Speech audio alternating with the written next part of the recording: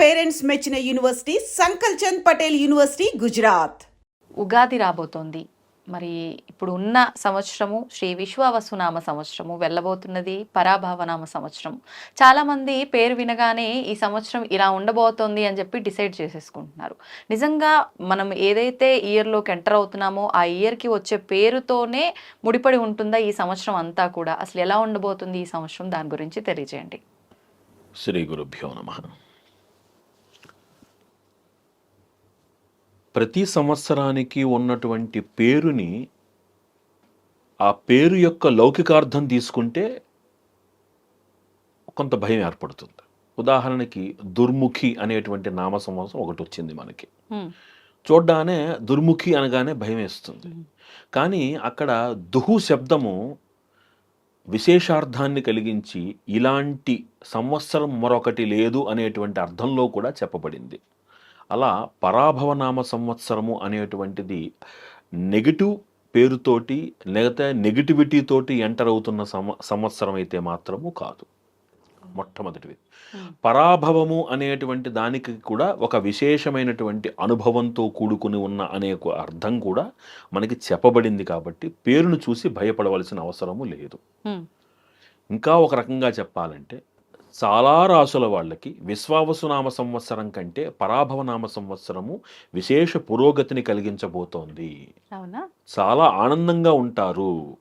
ఈ సంవత్సరానికి రాజు గురుడు అవ్వడం చేసి చాలా కాలం నుంచి ఈ రాసులలో ప్రముఖమైనటువంటి రాసులు విశేషంగా చాలా కాలం నుంచి చేస్తున్నటువంటి ప్రయత్నాలు ఈ సంవత్సరంలో ఫలించటము, తగిన అవకాశాలు ఉపాధులు లభించటము, ఈ దేశము పురోగతి వైపు నడుగులు వేయడము, మన దేశము ప్రపంచంలో తలమానికం అవ్వడము తథ్యము అని చెప్పవచ్చు. కాబట్టి పరాభవం అనే దాన్ని చూసి మనం భయపడక్కర్లేదు. చాలా విశేషమైనటువంటి సానుకూల సంవత్సరంగానే దీన్ని చెప్పాలి. దీని అర్థం కూడా విశేషార్థంగానే మనం పరిగణించాలి తప్ప లౌకికార్థాన్ని తీసుకోకూడదు. మరి మనకున్న ఈ పండుగల్లో ఒక్కొక్క పండుగ మనకు ఒక్కొక్క విషయాన్ని నేర్పిస్తూ ఉంటుంది. ఆ పండుగని మనం ఆచరిస్తూ, పండుగ ద్వారా ఆ రోజు ఆచరిస్తున్న విధానాల ద్వారా మనందరం కూడా ఏదో ఒక నీతిని నేర్చుకోవడం అనేది విశేషం. మరి ఈ పండుగ మనకి ఏం బోధిస్తుంది అంటారు? ఇది పండగ కాదు, ఇది జీవిత సత్యం నేర్పించేటువంటి ఒక రోజు. రెండు, శాస్త్రపరంగా చూస్తే సనాతన ధర్మము ఎందుకు నాగరికత అనేటువంటి మాట వాడబడుతుందో తెలియచెప్పేటువంటి మనకున్న పండగలలో ఒక పండగ. అలా చూస్తే ఋతువులు మారేటువంటి సమయాన్ని యమదంష్ట్రకాలము అంటాం. యమదంష్ట్రకాలము అంటే అర్థం ఏమిటంటే ఆ సమయంలో ప్రకృతిలో జరిగినటువంటి మార్పులు మన శరీరం మీద విశేష ప్రభావాన్ని చూపెడతాయి. ఇది శిశిర ఋతువు నుంచి వేసవిలోకి మీరు మారేటువంటి చైత్రమాసములోకి వెళ్ళేటువంటి వసంత ఋతువులోకి వెళ్ళే ఒక చిన్న సమయం, ఒక ట్రాన్సిషన్ పీరియడ్. ఈ ట్రాన్సిషన్ పీరియడ్ ఏదైతే ఉందో శరీరంలో చాలా విధములైనటువంటి మార్పులకి, ఎందుకంటే వేసవి స్టార్ట్ అయింది అప్పుడు అనుకుంటున్నాం మనం మొన్నటిదాకా చల్లదనం, శివరాత్రి దాటగానే వేడి. ఒక్కసారి ఆలోచించండి, అప్పటిదాకా చల్లగా ఉన్న వాతావరణం వేడిగా మారిపోతుంది. శరీరంలో ఈ మార్పుని తట్టుకునేటువంటి నిరోధక శక్తి తక్కువగా ఉంటుంది. రెండు, ఒక్కసారి జాగ్రత్తగా మీరు వినాయక చవితిని గమనించండి.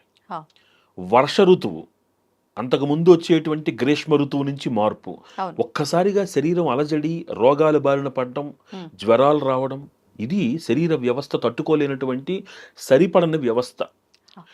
దీనిని అధిగమించటానికి ఆ సమయంలో మనకు అందించినటువంటి ఆహార నియమావళి ఏదైతే ఉందో అవే ఈ పండగల్లో గొప్పతనం. వినాయకుడికి కుడుములు ఇష్టము అంటే ఇంటికి వచ్చి కుడుములు తింటాడా? అలా కాదు. ఉడికిన పదార్థాలు తినండి, వేయించిన పదార్థాలు తినకండి, ఇది అక్కడ చెప్పబడటం. ఆకురాలే సమయం నుంచి చిగురులు వేసే సమయము వసంత ఋతువు. ఇక్కడ ఆ కొత్త జీవితం, ఆ కొత్త జీవి ఏదైతే ఏర్పడుతుందో, కొత్త ఉనికి ఏదైతే ఏర్పడుతుందో దాన్ని మన శరీరము తట్టుకోలేదు. కాబట్టి వేపపూత అనేటువంటి చేదుతోటి శరీరంలో రోగ నిరోధక శక్తిని కలిగింపజేసేటువంటి మహత్తర సమయం. నిజానికి ఉగాది పచ్చడి ఆ ఒక్కరోజే తినమని చెప్పడం అని కాదు అక్కడ ఆంతర్యం. ఆ సమయంలో మీరు గమనిస్తే వేప పువ్వు విశేషంగా పూస్తుంది. మన పూర్వకాలంలో ఏం చేసేవారంటే ఆ వేప పూతని ఎండబెట్టి దాంతో పొడి చేసి మొదటి ముద్దలో తినేవారు ప్రతిరోజు. ఇప్పటికీ కూడా కొన్ని బ్రాహ్మణ కుటుంబాలలో ఆబ్దీకం రోజున వేప పొడి, వేప పువ్వు పొడితోటి భోక్తకి భోజనం పెట్టే ఆనవాయితీ ఉంది. దానివల్ల ఏం జరుగుతుంది, ఆ మితంగా రోజు తినేటువంటి వ్యక్తి అపరిమితంగా ఒకరోజు భోజనం చేసిన ఆ అజీర్తి అతన్ని బాధించదు. ఇది మన జీవితంలో, మన నాగరికతలో ఒక భాగం. మనం దీనిని ఉగాది పచ్చడి వరకే పరిమితం చేశాం కాదు. ఎప్పుడైతే మహాశివరాత్రి పర్వదనం దాటిందో, అమావాస్య దాటిందో, ఆ తర్వాత వచ్చే వేప పువ్వుని ఎండబెట్టి దాన్ని పొడి చేసి రోజు మొదటి ముద్దలో తినే సాంప్రదాయం మన పూర్వకాలంలో ఉండేది. తద్వారా మీ శరీరం ఏమవుతోంది, మారుతున్న ఋతుకాలానికి అనుసంధానమై ఏ రోగము మీ బారిన మనం పడకుండా కాపాడుతోంది.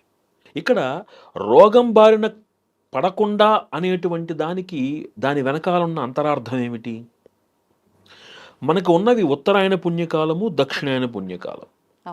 ఉత్తరాయణ పుణ్యకాలం అంతా కూడా సత్కార్య నిర్వహణ చేస్తూ సూర్యుని యొక్క అనుగ్రహంతో బ్రతకవలసినటువంటి సమయం. దక్షిణాయన పుణ్యకాలంలో చాతుర్మాస్య వ్రతాదులు చేస్తూ ఎక్కడికి కదలకుండా శరీరాన్ని నిగ్రహించుకొని అనుష్ఠానం చేయవలసినటువంటి సమయం. ఈ సమయాలకి అనుకూలంగా మన శరీరాన్ని నిర్మించుకోవడం కోసం చేసే ప్రయత్నాలే ఈ ఆహార నియమాలు. మీరు చాలా జాగ్రత్తగా గమనించండి. కూడనటువంటి ఆహారం ఒకరోజు మీరు తిన్నారనుకోండి, అజీర్తి వచ్చిందనుకోండి, ఎన్నాళ్ల పాటు మీరు రోగం పడిపోతారు? 3-4 రోజుల పాటు. అంటే అర్థం ఏమిటి? అన్నాళ్ళు మీ సాధన సాగదు, మీలో ఉన్న శక్తిని మీరు కోల్పోతారు. అలాంటి పరిస్థితి రాకుండా శరీరాన్ని సమతౌల్యతతోటి నడిపించడానికి ఉపయోగపడే మహత్తరమైన ఆహార విధానమే మీ ఉగాది పచ్చడిలో ఉన్నటువంటి ఆంతర్యం. రెండవది షడ్రుచులు, షడ్వికారాలు, షడ్వైరులు. 6 వైరులు కదా మనకి, కామక్రోధ లోభమోహం. అలా షడ్రుచులు అంటే జీవితం అనేటువంటి సారం ఏదైతే ఉందో అది అనుకున్నట్టుగా ఈరోజు నవ్వుతూ ఉంటే మరుక్షణానికి మనం బాధపడతాం, మరుక్షణం బాధపడుతున్నాం అంటే తర్వాత నవ్వుతాం. ఓకే, ఇలా ఉండే జీవితము అనుకూలంగా నువ్వు అనుకున్నట్టుగా ఉండదు నాన్న, it's a mix of all the things అని చెప్పడంలో అది మనం ఒక ఉపమానంగా మనం భావిస్తున్నాం కాదు. పులుపు శరీరానికి చాలా ముఖ్యం. సి విటమిన్ రోగ నిరోధక శక్తిని పెంచుతుంది. గుర్తుందా, కరోనాలో ఏం చేశారు? ఫాస్ట్ రిలీఫ్ అని ఒక టాబ్లెట్ నీళ్లలో వేసి తాగించారు. సి విటమిన్, మామిడి, చింతపండు, ఇవన్నీ దీంట్లో ఉండేటువంటి మెగ్నీషియం లాంటి పదార్థాలు. అలాంటి పోషకాలు కలిగినటువంటి ఆహారాన్ని, అంటే అది ఆ ఒక్కరోజు తినమని కాదు, ఫ్రీక్వెంట్గా అలాంటి ఆహారం తింటూ ఉంటే శరీరము మారుతున్నటువంటి కాలానికి అనుగుణంగా సిద్ధపడుతుంది. ఇది మన జీవితం యొక్క, మన సంస్కృతిలో ఉన్నటువంటి జీవన విధానం. It's not a one day festival. Yes, కానీ ఉగాది అనేటి ఆ పండగ, ఆ పర్వదినం ఏమిటి అంటే, ఒకనాటి కాలంలో ఉగాది ఎప్పుడు స్టార్ట్ అయ్యేది, ఎప్పుడు ప్రారంభమయ్యేది అని మనకి శాస్త్రం చదివితే దేవీ భాగవతాన్ని అనుసరించి, చండీ సప్తశతిని అనుసరించి చూస్తే మహాలయం తర్వాత వచ్చేటువంటి శరదృతువు ఒకనాటి సృష్టికి ఉగాదిగా పరిగణించేది. అందుకే ఇప్పటికీ చూడండి, చాలా చోట్ల మీకు నార్త్ ఇండియాలో అప్పట్లో దీపావళి నుంచి ప్రారంభం చేస్తారు వాళ్ళ ఫినాన్షియల్ న్యూ ఇయర్స్ అన్ని. మహాలయం తర్వాతనే సృష్టి విలాసం ప్రారంభించినట్టుగా స్వయంగా అమ్మవారే చెప్పినట్టు చండీ సప్తశతి కనబడుతోంది. జ్యోతిష్యపరంగా ఏమవుతుంది అంటే, చంద్రుడి యొక్క పరిభ్రమణము, 12 రాసులలో సూర్య పరిభ్రమణము, సూర్య అయనము, అంటే మనకి చంద్రమానము, సౌర్యమానము, చంద్రుడి యొక్క గమనాన్ని అనుసరించి మనం ఉగాది ఒకరోజు చేసుకుంటాం. చైత్ర శుద్ధ పాడ్యమి 12 మాసాలు పూర్తయ్యి ఫాల్గుణ మాసము పూర్తయిన తర్వాత చైత్రశుద్ధ పాడ్యమి మనకు ఉగాది అవుతోంది. తమిళియన్స్కి ఏమవుతోంది, సూర్యుడు 12 రాశులలో పరిభ్రమించి పూర్తయి మేనరాశి నుంచి మళ్ళీ అతను మేష సంక్రమణం జరిగేటప్పటికి వాళ్ళు ఉగాదిగా చేసుకుంటున్నారు వాళ్ళు.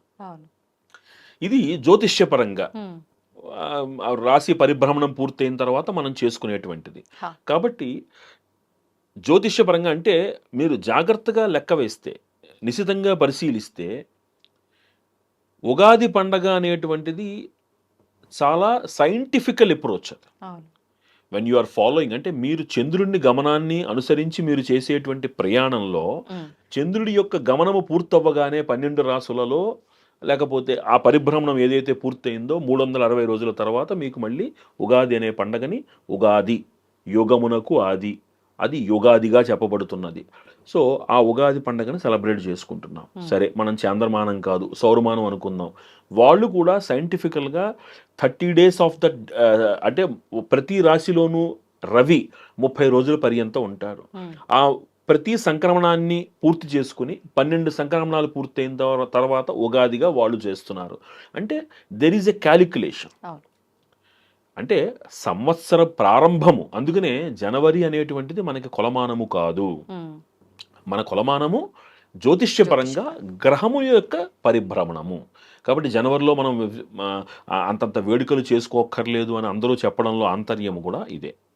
ఈ ఉగాది ఇక్కడి నుంచి మనకేమవుతుంది, మళ్ళీ చైత్రమాసం నుంచి మళ్ళీ 12 మాసాలు 6 ఋతువులు, 6 ఋతువులకు గాను 6 రుచులు, ఒక్కొక్క రుచి ఒక్కొక్క కాలానికి ఉపయోగపడేటువంటి దేహదారుఢ్యాన్ని రోగ నిరోధక శక్తిని అందించే ప్రకారంలో ముందుకు వెళుతుంది. కాబట్టి ఈ పండగ నుంచి మన నీతి ఏమి నేర్చుకుంటున్నాము, లేదంటే ఈ పండుగను ఎలా సెలబ్రేట్ చేసుకోవాలి అంటే ఈ పండగ నేర్పించే ముఖ్యమైనటువంటి విషయం ఏంటంటే రాబోయే సంవత్సర పర్యంతము నీ శరీరాన్ని నువ్వు రోగ నిరోధక శక్తితోటి దేహదారుఢ్యంతో ఉంచుకోగలిగితే ఈ సంవత్సరము నువ్వు ఆరోగ్యంగా ఆనందంగా ఉంటావు. ఆరోగ్యంగా ఉంటే అన్నీ ఉన్నట్టేగా. నా దగ్గర ఆస్తిపాస్తులు కోట్లుండి ఆరోగ్యం లేకపోతే ఉపయోగం ఏంటి? శరీరం ఆరోగ్యంగా ఉంటే ప్రతి చిన్న అంశాన్ని నేను అనుభూతి చెందుతాను. అయ్యే ఈరోజు ఇంట్లో వంకాయ కూర చేశారు, ఆరోగ్యంగా ఉంటే శుభ్రంగా తింటాను. రోగంగా ఉన్నాడు, అరే నాకు వంకాయ కూర వద్దు, నాకు లంకనంలో ఉన్నాను అంటే ఆరోగ్యాన్ని ఆనందంతో ముడిపెట్టినటువంటి పండగ అని ఒక స్థూలంగా సూక్ష్మంగా చెప్పేయచ్చు. బాగుంది. మరి అంటే ఉగాది పచ్చడ పండగ యొక్క విశిష్టత మాట్లాడుకున్నాం. ముఖ్యంగా ఈరోజు ఇంకొక విధానం ఆచరించాల్సింది పంచాంగ శ్రవణం. అవును, ఖచ్చితంగా వినాల్సిందే. విన్నా కూడా ఎంతో అంటే మహద్భాగ్యము వినటం కూడా అని అంటూ ఉంటారు. ఎందుకనండి? తిథి వార నక్షత్ర కరణ యోగములు 5. ఈ పంచాంగ శ్రవణము ఇది చేసేవాళ్ళు పంచాంగ పఠనము, వినేవాళ్ళు పంచాంగ శ్రవణము. ఇప్పుడు పంచాంగ శ్రవణాలన్నీ ఎలా మారిపోయినాయి అంటే నా రాశి బాగుందా అని అది విని లేచి వెళ్ళిపోతున్నారు. అంతేగా, లేచి వెళ్ళిపోతున్నారు. కానీ కొంతమంది దురదృష్టవశాత్తు దీన్ని ఒక ఆయుధంగా కూడా వాడుకుంటున్నారు. మనం చెప్పాలి అంతే. పాఠకులకి వీక్షకులకి నేను మీ ద్వారా చెప్పేది ఏంటంటే జ్యోతిష్యము ఒకరిని భయపెట్టడానికి కాదు, మిమ్మల్ని జాగ్రత్త పరచటానికి, మీరు ఆ పరిహారాలు ఆచరించి ఆనందంగా ఉండడానికి. అంతే తప్ప మనకి సహజంగా పంచాంగం అనేటువంటిది ఎందుకు చదువుతారు? దురదృష్టవశాత్తు కొన్ని చోట్ల వాళ్ళకు అనుకూలంగా కూడా పంచాంగ పఠనాలు జరిగిపోతున్నాయి. అది చాలా చాలా దురదృష్టకరం. అసలు పంచాంగం అంటే ఒకళ్ళ నుంచి మారదు. నేను ఇప్పుడు పంచాంగ పఠనం చేస్తున్నాను అనుకోండి, నేను మీ జాతకం గురించి మాట్లాడట్లా, స్థూలంగా గ్రహ సూచికను అనుసరించి ఈ సంవత్సరం ఎలా ఉండబోతోంది ఇంతే నేను చెప్తున్నాను. ఒక పార్టీ బాగుంటుంది, ఒక రాజకీయ నాయకుడు బాగుంటాడు, అది నేను దాని గురించి చెప్పట్లా, చెప్పే అధికారం నాకు లేదు. పంచాంగం నేను ఏం చెప్తున్నాను? నవనాయకులు, మనకి 9 మంది నాయకులు ఉంటారు. ఈ నాయకుల యొక్క లక్షణాలను అనుసరించి ఆ సంవత్సరము సైన్యం ఎలా ఉంటుంది, యుద్ధ వాతావరణం ఎలా ఉంటుంది, వర్షాలు ఎలా పడతాయి, బంగారపు ధరలు ఎలా ఉంటాయి, పంటలు ఎలా పండుతాయి, మంత్రి రాజు వీళ్ళ ఆలోచనలు ఎలా ఉంటాయి, దేశం ఎలా ఉంటుంది, మనం ఏ జాగ్రత్తలు తీసుకోవాలి. ఒక నీరసాధిపతి, ఒక సస్యాధిపతి, ఒక మేఘాధిపతి, ఒక రాజు, ఒక మంత్రి, వీరిని అనుసరించి ఈసారి అకాల వర్షాలు ఉంటాయి అన్నప్పుడు దానికి అనుగుణంగా ఆ సంవత్సరము ఆ రైతులు పంట వేసుకుంటారు. ఇది పంచాంగం యొక్క విలువ. అందుకనే ఒకనాటి కాలంలో రాజులు ఏం చేసేవారు? పంచాంగ పఠనం చేసి తద్వారా తీసుకోవాల్సిన జాగ్రత్తలు వాళ్ళు ముందు నుంచి ఆయా ప్రదేశాలలో ఈ సంవత్సరం వర్షాలు అధికంగా పడతాయి కాబట్టి మీరు ఈ పంట వేయకండి, ఇది వేసుకోండి.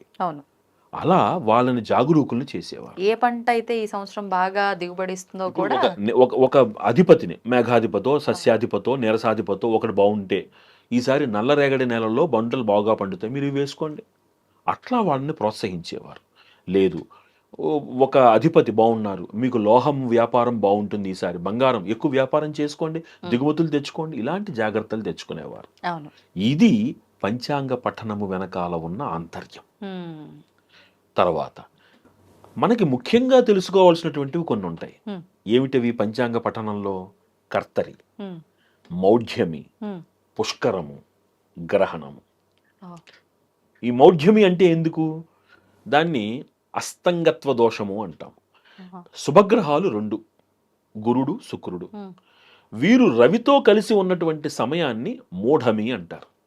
మూఢమి శుభకార్యాలకి పనికిరాదు. ఇప్పుడు ఈ సంవత్సరం మీ ఇంట్లో మీ అమ్మాయి వివాహం అనుకున్నారు, నాకు ఆగస్టులో బాగుంటుంది, నేను అమెరికా నుంచి అల్లుడు వస్తాడు, కట్టబెట్టేద్దాం అనుకున్నారు, బాగుంది. కరెక్ట్గా ఆగస్టులో శుక్రమౌఢ్యం ఉంది, వివాహం చేయగలరా? పంచాంగ పఠనం ఎందుకు ఉపయోగపడుతుంది? ఓహో, ఈ సమయంలో శుక్రమౌఢ్యం ఉంది కాబట్టి I should not plan for any wedding అయిందా? తర్వాత కర్తరి. ఈ కర్తరి ఏమిటి? నిజ కర్తరి, డొల్లు కర్తరి. ఈ కర్తరి సమయాలలో మీరు ఇంట్లో ఏ విధమైనటువంటి ఇంటి రిపేర్లను ప్రారంభించకూడదు. వాపి కూప తటాదుల్ని తవ్వకూడదు. మరి కర్తరిలో తవ్వితే నక్షత్రం ఏమిటి, తప్పేమిటండి అంటే, కర్తరి సమయంలో చేసినటువంటి పనికి ఫలితము తాత్కాలికంగానే ఉంటుంది, శాశ్వత ఫలితాన్ని ఇవ్వదు. నేను బోర్ తవ్వానండి, అద్భుతంగా నీళ్లు పడ్డాయి, 2 నెలలు ఎండిపోతుంది. అనుభవంగా ఎన్నో ఉన్నాయి.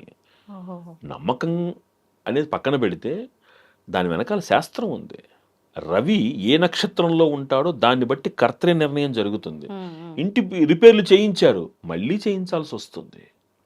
కాబట్టి కర్తరి సమయం సహజంగా మనకి ఆ వైశాఖ మాసంలో వచ్చే ఆ సమయం ఏదైతే ఉందో ఆ సమయంలో మనము నూతుల్ని తవ్వడం, బోర్లు వెయ్యడం, ఇలాంటి పనులు చేయకూడదు. కానీ ఇది అందరూ పాటిస్తారా? పాటించాలి. చాలా తక్కువ వింటాం కదా ఇది. అయ్యో, కర్తరి చాలా చాలా ముఖ్యం. అందుకనే బోర్లు వేసేటప్పుడు వసంత ఋతు అంటే ముందు మాసంలోనే వేసేసే ప్రణాళికలు చాలా ఉంటాయి. కర్తరిలో ఇప్పటికీ కూడా మీరు కొన్ని ప్రాంతాలకి, అంటే మరీ నగరీకరణ ఎక్కువైపోయినటువంటి హైదరాబాద్లో మీరు గమనించకపోవచ్చు, కానీ కాస్త మనకి గ్రామాల్లోకి వెళితే కర్తరి చాలా ముఖ్యంగా, మేకు కూడా కొట్టని వాళ్ళు చాలా మంది ఉంటారు. ఎందుకంటే అది మూఢనమ్మకం కాదు, అనుభవపూర్వకం. మేము వద్దని చెప్పిన తర్వాత పంతంగా వెళ్ళి బోర్లు వేసిన తర్వాత మళ్ళీ 6 నెలల తర్వాత గురువుగారు బోర్ ఎండిపోయింది, మళ్ళీ ముహూర్తం పెట్టండి అంటే పెట్టినవి కొన్ని వేలు ఉన్నాయి మాకు. అయితే కర్తరి నిర్ణయం చేసుకోవాలి. మూఢమే అయింది, కర్తరి అయింది. పుష్కర స్నానం విలువ చెప్పేదే ఉంది. అయితే పుష్కర స్నానం విలువ చెప్పిన తర్వాత ఇప్పుడు ఏమవుతుందంటే కొంతమంది కుహనా మేధావులు బయటకు వస్తారు. ఏమని? కెన్ యూ షో సంథింగ్, అక్కడ ఆ సమయంలో అంత పవిత్రత ఉంటుందని అలా చెప్తావు, రోగాలు వచ్చాయి, ఇవి వచ్చాయి, అవి వచ్చాయి. ఫెంటాస్టిక్, బాగుంది. మీ వాదన ఎందుకు కాదనాలి? కరోనా లాంటి ఒక మహమ్మారి వ్యాపించినప్పుడు నీ పక్కన కూర్చున్న వ్యక్తి నువ్వు తాగిన నీళ్లు తాగకపోయినా శ్వాస ద్వారా అతను ఆ రోగాన్ని అంటుకోకున్నాడు. Right? Show me one such incident in the Pushkaram. అలాంటి ఒక సంఘటన నాకు పుష్కర సమయంలో చూపించండి. నేనేమి మిమ్మల్ని ఎక్కువే అడగట్లా. మిమ్మల్ని బృహస్పతి రాశి మారినప్పుడు వచ్చే సమయంలో ప్రాకృతికంగా జరిగే కొన్ని మార్పులు నదీ జలాలకి బలాన్ని ఇస్తాయి. విషయం ఏమిటంటే, మనము 33 కోట్ల మంది దేవతలు అక్కడ ఉంటారు, మనం స్నానం చెయ్యాలి అని ఆ వ్యవస్థని దైవంతో అనుసంధానం చెయ్యబట్టి చేదస్త్వం చూస్తున్నారు. కానీ ఆ సమయంలో మీరు నదీ స్నానం చేస్తే చాలా రోగాలు నయమవుతాయని నిరూపణైన సంగతి ఎవరు చెప్పరు. ఎందుకంటే చెప్పరు. దీనికి కారణం ఏమిటి అంటే వాళ్ళ మేధస్సు దానికి అంగీకరించదు. నిజాన్ని అంగీకరించడానికి చాలా ధైర్యం కావాలి. నేను ఒక ధర్మాన్నో, ఒక వ్యక్తినో, ఒక మతాన్నో నేను దూషిస్తూ నేను పబ్బం గడుపుకునే వ్యక్తి ఆ మతంలో ఒక మంచి ఉందని చెప్పడానికి ఎంత గుండె ధైర్యం ఉంటే బయటకు వస్తాడు? So they cannot. అంత ఈజీగా రావు. So we cannot expect also. అంతే. సో అక్కడ దైవాన్ని అనుసంధానం చేయడంలో ఆంతర్యం ఏమిటి అంటే వెరీ సింపుల్. ఆ సమయంలో బృహస్పతి ద జూపిటర్ ఆ ప్లానెట్కి ఉన్నటువంటి పవర్ వలన నదీ జలాలలో ముఖ్యంగా ఆ, ఎలాంటి నదీ జలమైనా సరే ఫర్ దట్ మ్యాటర్ స్టాగ్నెంట్ కాంది ఏదైనా సరే దాంట్లో విశేషమైనటువంటి ఔషధీ గుణాలు ఉంటాయి అని మనకి శాస్త్రం నిరూపిస్తోంది. దానికి వేదమంత్రాలు ఉన్నాయి మనకి. తద్వారా ఆ నదీ స్నానం వలన కొన్ని వందల రోగాలకి మనకి నిరూపణ అయింది. అది రోగాలు తగ్గుతున్నాయి అని. అవును. సరే, రోగాలు తగ్గలేదు. ఇప్పుడు ఒక చిన్న విషయం చెప్పాలి. నేను పక్కవాడికి మంచి చెయ్యడము అంటే వాడికి 1,00,000 రూపాయలు ఇవ్వడం కాదు, వాడికి చెడు చెయ్యకపోయినా నేను మంచి చేసినట్టే. అంతే. నేను అక్కడ నదీ స్నానం చేశాను, నాకు రోగం ఏం అంటట్లేదు, తప్పే ఉంది ఆ, అంతే. అంతేనా? So when it is not giving any harm to you, what is wrong in doing a bath, taking a bath? మన స్నానం చేయడంలో తప్పే ఉంది. తప్పులేదు. అది నా చేదస్తం అనుకోండి, మూఢత్వం అనుకోండి, ఏదైనా అనుకోండి. నేను ఒక ఎవరికి పవిత్ర నష్టం సమయంలో ఆ. నేను అక్కడ నదీ జనాల్లో ఒక మునక వేసి లేస్తున్నాను. I'm happy. అర్థమైంది? అవును. అందుకని పుష్కర నిర్ణయం ఉమ్, చాలా ముఖ్యమైనటువంటిది. గ్రహణ నిర్ణయం. ఉమ్, గ్రహణం ఎందుకు అంటే గ్రహణము అనేటువంటి సమయము మనకి కొన్ని రకాల విశేష సమయాలు ఉన్నాయి మనకి. వాటిల్లో గ్రహణము, ఉమ్, వ్యతిపాత యోగము, ఉమ్, పుష్యార్క యోగము, భౌమాంగ అంగారక చతుర్దశి యోగము, ఇలాంటి కొన్ని విశేష యోగాలు ఉన్నాయి. ఓకే. ఈ సమయాలలో ఉండేటువంటి గ్రహస్థితిని అనుసరించి మీరు చేసేటువంటి సాధన, జపము, సత్కార్యము కొన్ని కోట్ల రెట్లు ఉత్తమ ఫలితాలను ఇస్తుంది అని శాస్త్రం చెప్తోంది. అందుకని ప్రత్యేకమైనటువంటి సమయాలలో అనుష్ఠానానికి కూర్చుంటారు పెద్దవాళ్ళు. ఉమ్, అది కాక మీకు సైన్స్ చదువుకున్నారు కాబట్టి గ్రహణ సమయంలో మీకు కొన్ని అల్ట్రావైలెట్ రేస్, కొన్ని రకాలైనటువంటి కిరణాలు వెదజల్లడం వలన గర్భిణీ స్త్రీలకి ఉమ్, మంచిది కాదు. మన ఇంట్లో చాలా జాగ్రత్తలు పాటిస్తాం. అవును. తద్వారా ఆ సమయము మనకి ప్రతికూలం కాకుండా ఇంట్లో ఉండేటువంటి వస్తువులు ప్రభావితం కాకుండా దర్భ అన్నిటి మీద వేస్తాం. ఆ, ఈ దర్భ సైన్స్లో ఉందా, శాస్త్రంలో ఉందా? శాస్త్రంలో. ఉమ్, ఆ దర్భ దాంట్లో ఉండేటువంటి కొన్ని రకాలైన ఔషధ గుణాలని కలిగి ఉండడం వలన అది కొన్ని సూర్యుడు చంద్రుడు ప్రసరింపచేసేటువంటి కొన్ని కిరణాల యొక్క దుష్ప్రభావం మన ఇంటి మీదకి రాకుండా కాపాడుతుంది. రైట్? ఒకనాటి కాలంలో మన ఋషుల యొక్క ఇళ్ళు దేంతో చేసేసి రెల్లుగడ్డే కదా, ఉమ్, రెల్లుగడ్డే కదా. ఆ రెల్లుగడ్డిలో ఉండడం ఆ దుష్ప్రభావము వారి మీద పడకుండా ఆరోగ్యంగా ఉండేవారు అనడానికి ఎంతకన్నా ఒక ఉదాహరణ కావాలా మీకు? ఓ, ఇందా? ఇది మన శాస్త్రం. ఉమ్, సి ఎలా ఉందంటే ఒక వస్తువు, ఒక విషయం, ఒక వస్తువు గురించి నాకు తెలియదు కాబట్టి అది లేదు, ఉమ్, ఒక విషయం నేను వినలేదు కాబట్టి అది లేదు అనేటువంటి అగాధమైనటువంటి జ్ఞానంలో ఉన్న సమాజంలో జీవిస్తున్నాం. అవును. దీన్ని అర్థం చేసుకునే ప్రయత్నమైనా చెయ్యాలి. ఉమ్, అర్థం చేసుకుని నిజాన్ని అంగీకరించే ధైర్యమైనా మనిషి కలిగి ఉండాలి. ఈ రెండూ లేనప్పుడు కేవలం అపోహలు మాత్రమే సమాజంలోకి వెళతాయి. ఆ. కొంతమంది ప్రబుద్ధులు మేము గ్రహణ సమయంలో భోజనం చేసాం మాకేం కాలేదు. ఎస్, ఎందుకు అవుతుంది? చిన్న ఎగ్జాంపుల్, ఉమ్, సిగరెట్ తాగారు, సిగరెట్ తాగితే క్యాన్సర్ వచ్చింది. వీళ్ళ పిల్ల చేష్టలు ఎలా ఉంటాయంటే, వాళ్ళ అజ్ఞానానికి చిన్న example. So I'm not blaming anybody, but I laugh at them, I mock at them. ఎందుకంటే వాళ్ళని చూసి నవ్వు వస్తుంది నాకు. ఒక పిల్లాడు సిగరెట్ తాగాడు, రేపు వెళ్ళి క్యాన్సర్ ఇన్స్టిట్యూట్లో జాయిన్ చేశారు వాడిని. అలాంటిదే ఇది. ప్రభావము, ఒక సిగరెట్ తాగితే ఒక్క సిగరెట్కే ప్రభావం కనపడదు. If you make it a habit, అవును. It adversely affects your health. అంతే. ఫైన్. ఇది కూడా అంతే. ఉమ్, ఆ సమయంలో జాగ్రత్తగా ఉండాలి. శరీర వ్యవస్థ, జీర్ణ వ్యవస్థ, ఇవన్నీ కూడా మనము ఆరోగ్యంగా ఉండడానికి ఏం చేస్తే మంచిదో చెప్పారు వాళ్ళు. ఇది చెయ్యది, ఇది చేస్తే చచ్చిపోతామని చెప్పాలా, గుర్తుపెట్టుకోండి. మన సనాతన ధర్మం గొప్పది ఏంటంటే ఇలా ఉంటే బాగుంటారు అని చెప్పడం మన ధర్మం. అదే చెప్పారు వాళ్ళు. ఉమ్, ఉమ్, వితండంగా చేసిన వాళ్ళు ఇప్పుడు మీ పెద్దవాళ్ళు ఉంటారు, పెద్దవాళ్ళ ఇంట్లో నాన్న సిగరెట్ తాగకరా మంచిది కాదు అంటారు. అవును. అబే నువ్వెంత, నేను సిగరెట్ తాగా నాకేమైనా అయిందా?